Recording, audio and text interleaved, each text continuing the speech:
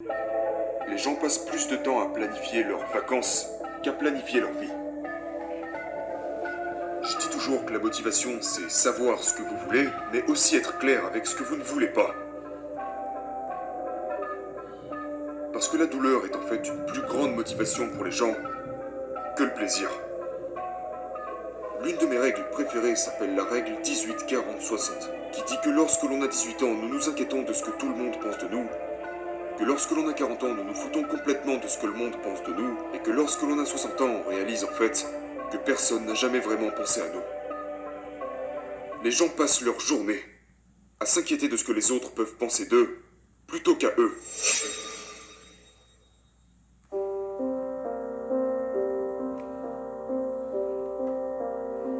Donc vous avez ces deux zones au fin fond de votre cerveau qui font partie des deux grands groupes de cellules appelés noyaux gris centraux, à l'intérieur desquels se trouve le noyau accumbens. Et quand vous les poussez, et vous les poussez avec le neurotransmetteur de la dopamine, vous vous sentez bien. Vous savez, c'est un peu comme le jackpot. La cocaïne aussi procure cette sensation. Ses adeptes en raffolent. La pornographie procure cette sensation. Les films d'horreur procurent cette sensation. Sauter d'un avion peut procurer cette sensation. Mais plus vous le faites, plus cela commence à user vos centres de plaisir. Et ce qui se passe, c'est qu'il vous en faut de plus en plus au fil du temps pour retrouver la même sensation. Donc pour se sentir mieux et faire durer ce plaisir, je fais la distinction entre la mauvaise dopamine et la bonne dopamine. D'accord? Donc vous voulez faire couler de la dopamine sur votre noyau accumbens à un certain rythme de sorte à ce qu'il vous maintienne heureux et stimulé, par opposition aux décharges reçues par les films d'horreur, la pornographie, la cocaïne. Parce que si vous libérez trop souvent de dopamine, vous ne faites qu'épuiser vos centres de plaisir. Un fait intéressant est que les gens qui sont obèses ont un noyau accumbens qui ne réagit plus comme les autres personnes. Il est atrophié, il est plus lent à réagir que celui d'une personne qui serait en bonne santé. Parce que tous ces aliments, très riches en calories, riches en sucre, riches en graisse, qui le frappent encore et encore avec de la dopamine, commencent tout simplement à l'user. Donc ensuite, il vous en faut de plus en plus pour ressentir le même niveau de plaisir.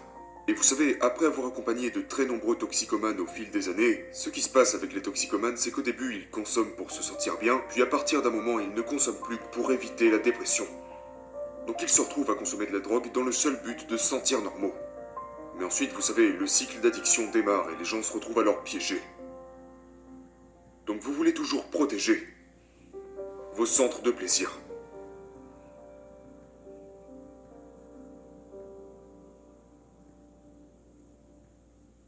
Il faut amener les gens à penser, pourquoi veux-tu être en forme? Pourquoi es-tu sur cette planète? Quelle est ta mission dans cette vie? Et trop souvent dans la jeune génération, personne ne leur pose ce genre de questions. Et donc, maintenant vous les entendez dire, je veux être le prochain Jeff Bezos, je veux être la personne la plus riche du monde. Mais dès que vous commencez à faire ça, vous ne faites que préparer votre chute.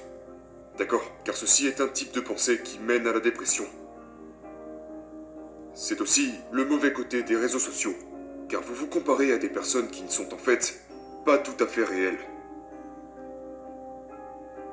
Et comme vous n'êtes pas à leur niveau, vous vous sentez inférieur, et cela vous mène à la dépression. Et au passage, vous commencez à mal manger. Vous vous retrouvez avec un faible niveau de vitamine D, votre système hormonal est affaibli à cause des toxines physiques et mentales que vous avez accumulées.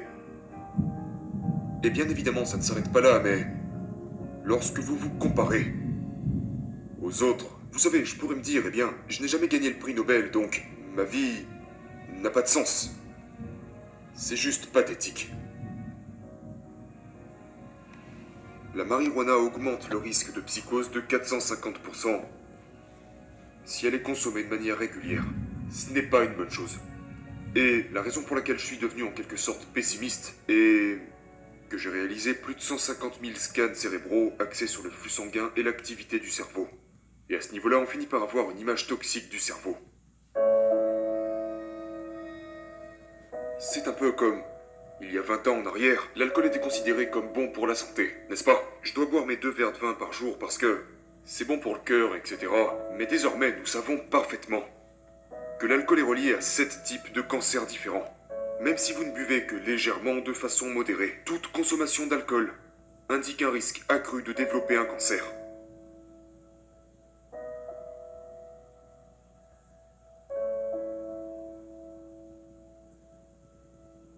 Les gens passent plus de temps à planifier leurs vacances qu'à planifier leur vie. Ce qui est un peu étrange.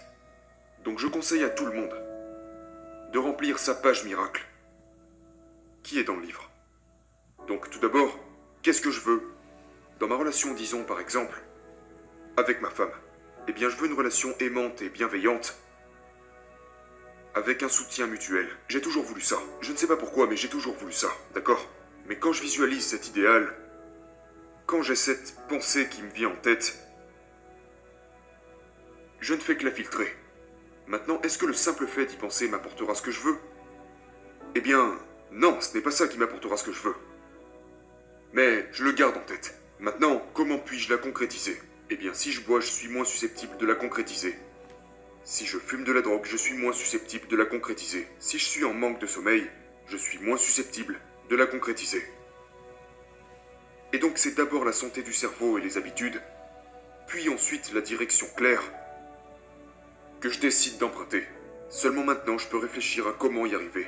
Et c'est là que je commence à me libérer des mauvaises habitudes. De plus, j'ai publié 2 études qui démontrent que au plus vous grossissez, au plus la taille et les fonctions de votre cerveau diminuent. Donc vous devez être un minimum effrayé par, vous savez, je dis toujours que la motivation, c'est savoir ce que vous voulez, mais aussi être clair avec ce que vous ne voulez pas. Parce que la douleur est en fait une plus grande motivation pour les gens que le plaisir. Quel est le moyen le plus rapide de briser une attaque de panique? 4 étapes simples. La première est de respirer. Vous devez prendre de profondes inspirations et prendre au moins 2 fois plus de temps pour expirer. Cela déclenchera une réponse parasympathique dans votre corps qui fera en sorte de vous calmer. La prochaine étape est d'écrire ce qui vous passe par la tête, parce que souvent, les pensées négatives agissent en spirale descendante et mènent à une attaque de panique. Vous prédisez la pire chose possible, et votre cerveau est tout simplement un maître pour l'empirer davantage. Donc, cassez le cycle. La 3e étape est de ne pas vous échapper. Si vous commencez à avoir une attaque de panique au travail, restez au travail, parce que si vous partez, l'attaque de panique va commencer à prendre le contrôle sur vous. Et cela pourrait en fait se transformer en quelque chose appelé agoraphobie. Vous ne pouvez même plus quitter votre maison parce que vous craignez alors d'avoir une nouvelle attaque de panique. Et puis, la 4e étape dans le cas où toutes ces choses ne fonctionnent pas, il existe des compléments alimentaires qui peuvent vous être vraiment utiles. La thinine, le GABA, l'ashwagandha. Je suis un grand fan de ces compléments qui contribuent à vous calmer. J'en parle dans mon livre. Absolument, super conseil, j'adore ça. Ma 2e question est, quels sont les aliments les plus simples que nous pouvons ajouter à notre alimentation pour nourrir notre cerveau? Tous les fruits et légumes colorés. Essayez lorsque vous êtes au magasin de choisir autant de couleurs que vous le pouvez, car elles sont chargées d'antioxydants. Et puis oubliez les régimes faibles en matière grasse, parce que 60% de la masse de votre cerveau est essentiellement de la matière grasse. Donc il y a les avocats, le beurre de Dieu. Je suis un grand fan. Les poissons sauvages, les sociétés qui mangent le plus de poissons, ont en fait les taux les plus bas de dépression. Incroyable, des conseils si précis, je suis impressionné. C'est brillant. Ma 3e question est, où se trouve l'ego dans tout ça? Et combien avez-vous étudié l'ego? Eh bien en fait, j'aime beaucoup le concept de Freud au sujet de l'ego et du surhomme. Et je trouve qu'il y a vraiment un lien avec le cortex préfrontal. Donc lorsque votre cortex préfrontal est lent, ou qu'il ne s'est tout simplement pas développé car vous êtes encore jeune, c'est l'enfant au fond de vous qui prend le dessus. Et dans notre société, nous sommes entourés d'enfants immatures. Vous savez, que ce soit à la Maison Blanche, au Congrès, dans les médias, ou, vous savez, dans la vie de tous les jours, nous sommes beaucoup trop impulsifs. Et il y a beaucoup trop de crises de colère. L'ego est une fonction très saine du cortex préfrontal. Donc si vous avez 28 ans ou 40 ans, et que vous êtes bon avec votre cerveau, ça vous aidera à prendre de bonnes décisions. La notion du surhomme de Freud implique de travailler très dur sur vos lobes frontaux. Et vous risquez de devenir rigide, inflexible, et surtout dur envers vous-même et envers les autres. Donc, équilibrer son cerveau revient à équilibrer son ego d'une bonne manière. Brillant. La quatrième question que vous avez soulevée un peu plus tôt est: quel est votre meilleur conseil pour toute personne qui souffre du regard des autres ou d'anxiété sociale dans ce genre de milieu? Alors, c'est tellement commun que c'est en fait l'une des formes d'anxiété les plus courantes sur la planète. Et c'est pour ça que les gens boivent. C'est pour ça que les gens se droguent. Parce qu'ils se sentent mal à l'aise avec les autres. Et je pense que t'es comme ça. Que tu es le type de personne qui apprend à gérer son anxiété à travers des choses comme l'hypnose, la visualisation, la méditation, et tout ça devrait juste faire partie de tout ce que nous faisons. Ainsi qu'apprendre à ne pas croire toutes les choses stupides qui nous passent par la tête. Dans mon livre, l'une de mes règles préférées s'appelle la règle 18-40-60, qui dit que lorsque l'on a 18 ans, nous nous inquiétons de ce que tout le monde pense de nous, que lorsque l'on a 40 ans, nous nous foutons complètement de ce que le monde pense de nous, et que lorsque l'on a 60 ans, on réalise en fait que personne n'a jamais vraiment pensé à nous. Les gens passent leur journée à s'inquiéter de ce que les autres peuvent penser d'eux, plutôt qu'à eux. Donc c'est très difficile pour les schizophrènes paranoïaques d'assimiler ça.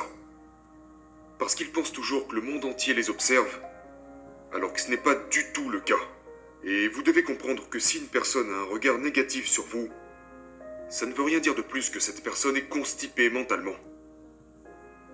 Vous ne savez pas. Et puis d'ailleurs, rappelez-vous que d'autres personnes sont également anxieuses. Et donc, si vous êtes à une fête et que vous vous sentez anxieux, dites-vous que ça arrive de se sentir anxieux parfois. Vous savez, et l'autre personne aussi est susceptible de se sentir anxieuse. Et d'un seul coup, votre niveau d'anxiété va diminuer. Parce que quand vous croyez que vous devez vous présenter comme cette personne parfaite, personne ne pourra s'identifier à vous parce que personne n'est parfait.